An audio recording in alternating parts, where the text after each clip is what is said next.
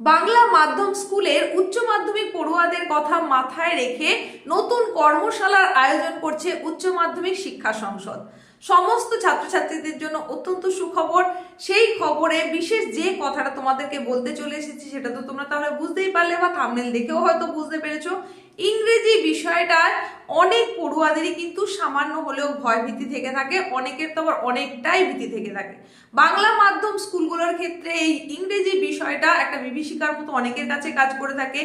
বাংলা মাধ্যমের ছাত্রছাত্রীদের এই ইংরেজি বলা এবং লেখাতে নানান রকমের সমস্যা দেখা যায়, বিশেষত লেখার দিকে তারা একেবারে অপটু হয়ে থাকে।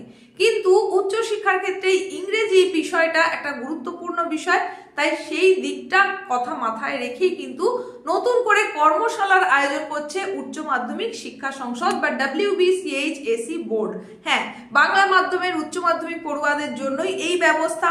কারা তাতে অংশ নিতে পারবে, কতজন অংশ নিতে পারবে, কোথায় এই কর্মশালা আয়োজিত হবে, সমস্তটা থাকছে ছোট্টই উপস্থাপনার মধ্যে।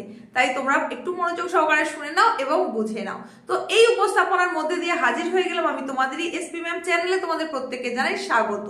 নতুন বছরের একেবারে শুরুতেই এই কর্মশালার আয়োজন করছে উচ্চ মাধ্যমিক শিক্ষা সংসদ। সল্টলেকের বিদ্যাসাগর ভবনে এই কর্মশালার আয়োজন করা হচ্ছে, যেখানে প্রায় 2000 জন প্রশিক্ষণ নিতে পারবে। 2000 জন পড়ুয়া তারা এই প্রশিক্ষণ পাবে।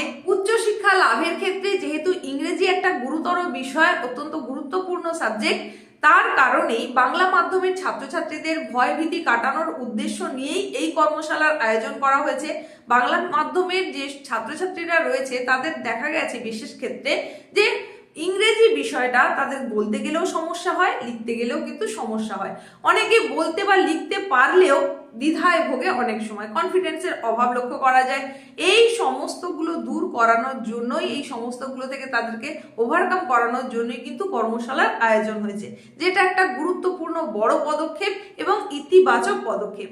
বছরের শুরুতেই এই কর্মশালার আয়োজন করা হয়েছে, এটা তো তোমাদের বললামই। প্রায় 150টা স্কুলকে নিয়ে এই কর্মশালার আয়োজন করা হচ্ছে, যেটা 5ই জানুয়ারি থেকে শুরু করে 9ই জানুয়ারি 2026 পর্যন্ত এই কর্মশালা চলতে থাকবে। এবং এখানে কিন্তু ভাগ ভাগ করে প্রশিক্ষণ দেওয়ার ব্যবস্থা করা হচ্ছে। আর সিস্টেমটা হচ্ছে এই রকম, প্রতিদিন 2টো করে গ্রুপ করা হবে, সেখানে 200 জন করে পড়ুয়াদেরকে প্রশিক্ষণ দেওয়া হবে। 5 দিনে মোট 2000 জন প্রশিক্ষণ পাবে। এইবার আসি কারা এই প্রশিক্ষণ পাবে। মূলত যারা একাদশ শ্রেণীর পড়ুয়া তারাই এই প্রশিক্ষণ পাবে, যাদের দ্বিতীয় ভাষা ইংরেজি রয়েছে। প্রথম ভাষা ইংরেজি যাদের রয়েছে তাদের জন্য নয়, যাদের দ্বিতীয় ভাষা অর্থাৎ সেকেন্ড ল্যাঙ্গুয়েজ হিসেবে যাদের ইংলিশ রয়েছে তারাই এই প্রশিক্ষণটা পাবে, ক্লাস 11-এর ছাত্রছাত্রীরা।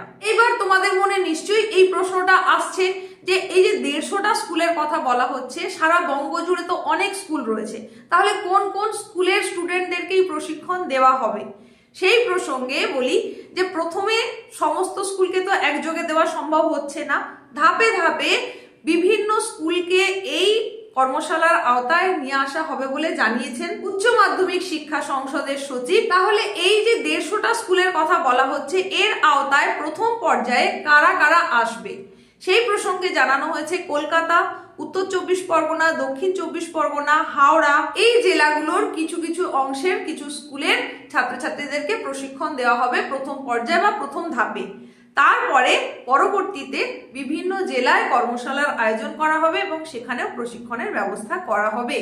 এই রকমই কিন্তু জানানো হয়েছে বোর্ডের তরফ থেকে। তো এই ছিল আজকের গুরুত্বপূর্ণ উপস্থাপনা, যেখানে তোমাদেরকে এই গুরুত্বপূর্ণ তথ্যটা জানিয়ে দিলাম। দেখা হচ্ছে খুব তাড়াতাড়ি নেক্সট উপস্থাপনার সঙ্গে।